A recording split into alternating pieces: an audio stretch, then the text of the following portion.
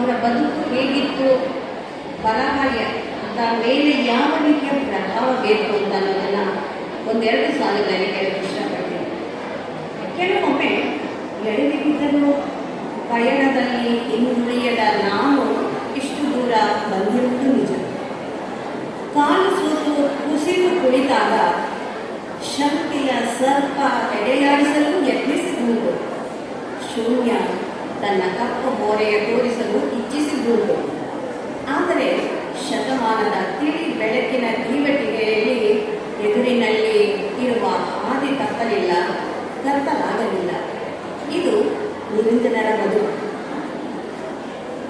ಆದ ಮೇಲೆ ನಾನು ಮತ್ತೆ ವಾಪಸ್ಸು ಹಳೆಯದಿಗೆ ದಡಕ್ಕೆ ಅಪ್ಪಳಿಸಿ ಮತ್ತೆ ವಾಪಸ್ ಹೋಗುತ್ತೆ, ಮತ್ತೆ ವಾಪಸ್ ಬರುತ್ತೆ. ಹಾಗೆ ಅವರು ಈ ಮೊದಲು ಹುಟ್ಟಿದ್ದು ಗೊತ್ತೇ ಇದೆ ನಮಗೆ, ಹುಡುಗ ಸುಬ್ರಹ್ಮಣ್ಯದಲ್ಲಿ.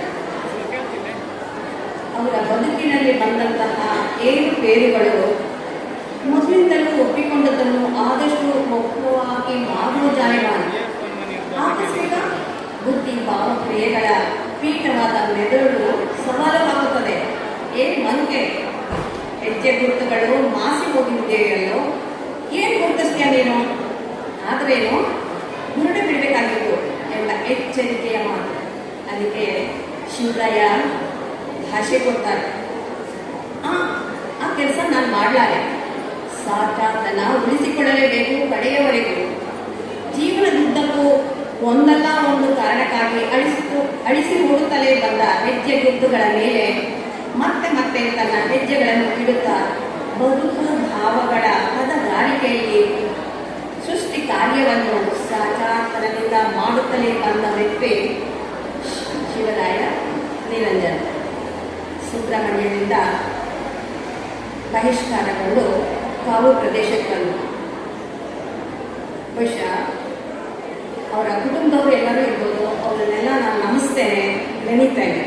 30 ವರ್ಷಗಳ ಬಾಲ್ಯವಿದ್ಯೆ ಅಲ್ಲ, ಸಣ್ಣ ವಯಸ್ಸಿನಲ್ಲೇ ಬಾಲ್ಯವಿದ್ಯೆಯಾಗಿ 30ನೇ ವರ್ಷದಲ್ಲಿ ಶ್ರೀನಿವಾಸ ರಾಯರ ಸಂಬಂಧ. ಮಗುಗೆ 6 ತಿಂಗಳಾದಾಗ ಬಹಿಷ್ಕಾರ. ನಿರಂಜನ ಅವರ ತಾಯಿಯನ್ನು ನೋಡಿದ್ದೀನಿ, ಸುರದ್ರೂಪಿಯಾದ ಬಿಳುಪು ಬಣ್ಣದ ಹೆಂಗಸು. ಇಷ್ಟು ಅಜ್ಜಿಯಾದಾಗಲೂ ಕೂಡ ಅಷ್ಟು ಸುಂದರಿಯಾಗಿದ್ದರು ಅಂದರೆ ಇನ್ನು ಯೌವನದಲ್ಲಿ ಹೇಗಿದ್ದಿರ್ಬಾರ್ದು. ಅಲ್ಲಿಂದ ಮುಂದೆ ಕಾವು ಅನ್ನೋ ಪ್ರದೇಶಕ್ಕೆ ಮಂಜುನಾಥ್ ಪೈ ಅವರು ರಕ್ಷಕರು. ಅವರ ಕುಟುಂಬಕ್ಕೂ ನಾನು ನಮಸ್ಕಾರ ಮಾಡ್ತೀನಿ. ಇಲ್ಲಿಂದ ಕಾವು ಎಲಿಮೆಂಟರಿ ಶಾಲೆಗೆ ಸೇರಿಕೊಂಡು ಆವಾಗ ಮುಖ್ಯೋಪಾಧ್ಯಾಯರಾಗಿದ್ದರು ಶ್ರೀ ಉಂಗ್ರಿ ಕುರ್ತಾಯರ. ಪಾಠ ಓದು ಅಂದರೆ ಇಲ್ಲ, ಒಂದು ದಿವಸ ತಲೆಗೊಂದು ಏಟು ಬಿತ್ತು ರೋಲ್ದೊಣ್ಣೆಯಿಂದ ಅವರೇ ಹೇಳ್ತಾರೆ, ತಲೆಗೆ ಹೊರತ ಬಿದ್ದು ಕೂಡಲೇ ತಲೆಯೊಳಗಿನ ಅಕ್ಷರ ಕೋಶಗಳು ಚುರುಕಾಗುವು. ಓದಕ್ಕೆ ಶುರು ಮಾಡಿಬಿಟ್ಟೆ ನಾನು, ಇಷ್ಟು ದಿವಸ ಸುಮ್ಮನೆ ಇದೆ ಅಂತ ಹೇಳ್ತಾರೆ. ರಾಮಾಯಣ, ಮಹಾಭಾರತ, ಕಾರಂತದ್ದು, ಕಥೆದಾರಿ ಕಾದಂಬರಿ, ಸಿಕ್ಕ ಪುಸ್ತಕಗಳನ್ನೆಲ್ಲ ಓದಕ್ಕೂ ಆರಂಭ ಮಾಡೇ ಬಿಟ್ಟೆ ಅಂತ. ಅಲ್ಲಿಂದ 1 ವರ್ಷ 2 ವರ್ಷ ತಾವು ಮತ್ತೆ ಸುಳ್ಯಕ್ಕೆ ಪ್ರವೇಶ. ಸುಳ್ಯದ ಎಲಿಮೆಂಟರಿ ಶಾಲೆಯಿಂದ ಮತ್ತು ನಡುಬೈಲು ಶಾಲೆಯಿಂದ ಕಲಿತಾ ಇದ್ರು ಅಂತ ಹೇಳಿ ಓದಿ ತಿಳ್ಕೊಂಡಿದ್ದೇನೆ ನಾನು. ಅಲ್ಲಿ ಕಲಿಸೇನೆ. ಈಗ ಇಲ್ಲ, PM ಸ್ಟೋರ್ ಇರಬಹುದು. PM ಸ್ಟೋರ್ ಇರುವ ಹಿಂದ್ಗಡೆ ಒಂದು ಜೋಪಡಿ ಇತ್ತಂತೆ, ಅಲ್ಲಿ ತಾಯಿ ಮಗ ಇದ್ರು ವಾಸವಾಗಿದ್ರು. ಅವ್ರು ಬದುಕಿಗೆ ಏನು ಮಾಡ್ಕೊಂಡಿದ್ರು ಗೊತ್ತಿಲ್ಲ. ಮಗ ಮಾತ್ರ ಸ್ಕೂಲಿಗೆ ಸೇರಿದ್ದಾಯಿತು. ಸ್ಕೂಲಿಗೆ ಸೇರಿದ ಮೇಲೆ ಅಲ್ಲಿದ್ದಂತಹ ಮುಖ್ಯೋಪಾಧ್ಯಾಯರು ಶ್ರೀ ರಾಮಪ್ಪಯ್ಯನವರು, ಅವರ ಕುಟುಂಬದವರು ಇರ್ತಾರೆ, ಅವ್ರಿಗೂ ನಾನು ನಮಸ್ಕಾರ ತಿಳಿಸ್ತೇನೆ. ಅಲ್ಲಿದ್ದಂತಹ ಉಪಾಧ್ಯಾಯರು ಶ್ರೀ ಶಂಕರ ನಾರಾಯಣ ರಾವ್, ವೆಂಕಪ್ಪಯ್ಯ ಭಟ್, ಜನಾರ್ದನ ವಾಗ್ಲೆ, ರಾಮಚಂದ್ರ ಭಟ್, ಸುಬ್ಬಣ್ಣ, ತಮ್ಮಣ್ಣ ಇವರು. ಇದರಲ್ಲಂತೂ ಎಷ್ಟು ಸಕ್ರಿಯವಾಗಿ ಹುಡುಗ ತೊಡ್ಕೊಂಡ ಅಂತಂದರೆ, ನವರಸಗಳ ಮೇಲು ಕೀಳಿನ ಮುಖಾಮುಖಿ ಆದ 7 ವರ್ಷದ ಹುಡುಗ ಹೇಗೆ ಸಮಾಜ ಅವತ್ತು ನೋಡ್ತಾ ಇತ್ತು ಅಂತ ಅನ್ನೋದು ನಿಮಗೆ ಗೊತ್ತಿದೆ. ಅವತ್ತು ಬೇಡ, ಇವತ್ತು ಕೂಡ ಸಮಾಜ ಅದೇ ರೀತಿ ನೋಡ್ತಾ ಇದೆ ಅಂತ ಅನ್ನೋದು ವಾಸ್ತವ, ಎಲ್ಲವೂ ಕೂಡ ಗೊತ್ತೇ ಇದೆ ನಿಮಗೆ.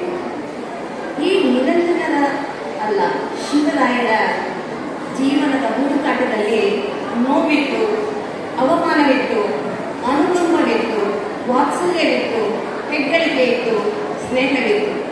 ಇವೆಲ್ಲವೂ ಮೇಳೈಸಿದಂತೆ ಹೇಳ್ಕೊಂಡು ಬರ್ತಾರೆ. ಚನ್ನಕೇಶವನ ದಿನದ ಜಾತ್ರೆ ದಿವಸ ಹಗ್ಗ ಹಿಡಿದು ರಥವನ್ನು ಹೇಳಿದ್ದು ಸವಿ ನೆನಪು. ಅದೇ ಚಂದ್ರಕೇಶ್ವರ ದೇವಸ್ಥಾನದಲ್ಲಿ ಊಟಕ್ಕೆ ಹೋದಾಗ ಆದ ಅವಮಾನ ನೆನಪಿಸ್ಕೋತಾರೆ ಅವರು. ಅದಾದ್ಮೇಲೆ ಏನು ಮಾಡಬೇಕು? ಬೀಡ ಮಾರಾಟ ಮಾಡೋದಂತೆ, ಟೀ ಮಾಡೋದಂತೆ, ಅದ್ರ ಜೊತೆಗೆ ಯಾವುದೋ ಒಂದು ದರ್ಜಿ ಅಂಗಡಿ ಸೇರಿ ಪುಣ್ಯ ಹಾಕಕ್ಕೆ ಶುರು ಮಾಡೋದು. ಅದು ಯಾವುದೂ ಆಗಲಿಲ್ಲ. ಸ್ಕೂಲಲ್ಲಿ ಬುಕ್ ಬೈಂಡಿಂಗ್ ಕಾರ್ಯಕ್ರಮ. ಬುಕ್ ಬೈಂಡಿಂಗ್ ಮಾಡುವಾಗ ಬಂದಂತಹ ಎಲ್ಲ ಪುಸ್ತಕಗಳನ್ನ ಬೈಂಡಿಂಗ್ ಮಾಡೋಕ್ಕೆ ಮುಂಚೆ ಓದ್ತಾ ಇದ್ರು. ಅದು ಮುಖ್ಯ. ಅದು ಕೂಡ ಅವ್ರ ಕೈ ಹಿಡಿಲಿಲ್ಲ. ಅದಾದಮೇಲೆ ಪುತ್ತೂರಿನಲ್ಲಿ ಮಕ್ಕಳು ಕೂಡ ಆಯಿತು. ಅದನ್ನು ಹೇಳ್ತಾರೆ 12 ವರ್ಷದ ಹುಡುಗನಿಗೆ ಚಿಲಿಪಿಲಿ ಇಷ್ಟ ಆಗಬೇಕು. ಆದರೆ ನನಗೆ ಚಿಲಿಪಿಲಿ ಇಷ್ಟ ಆಗಲಿಲ್ಲ. ನನ್ನ ಮನಸ್ಸು ಇನ್ನೂ ಪ್ರಬುದ್ಧವಾಗಿ ಬೆಳೆದ್ಬಿಟ್ಟಿತ್ತು. ಅದರಿಂದ ಮಕ್ಕಳ ಆಟ ನನಗೆ ಇಷ್ಟ ಆಗೋದಿಲ್ಲ ಅಂತ ಹೇಳ್ಕೊಂಡಾಗ ಅತ್ತೆ, ಇದು ನನ್ನ ಬರ್ಡೇ ಗಿಫ್ಟು. ಇದೆಲ್ಲ ಜೀವನದಲ್ಲಿ ನನಗೋಸ್ಕರ ತಗೊಂಡ್ಬಂದಿದ್ದಾರೆ. ನಿನ್ ಮೇಲೆ ತುಂಬಾ ಚೆನ್ನಾಗಿ ಕಾಣುತ್ತೆ. ಇದು ತುಂಬಾ ಚೆನ್ನಾಗಿದೆ ಅಲ್ವಾ?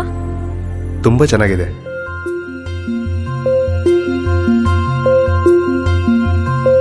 It will look really good on you. Amma? Huh? Mother is always son's first love.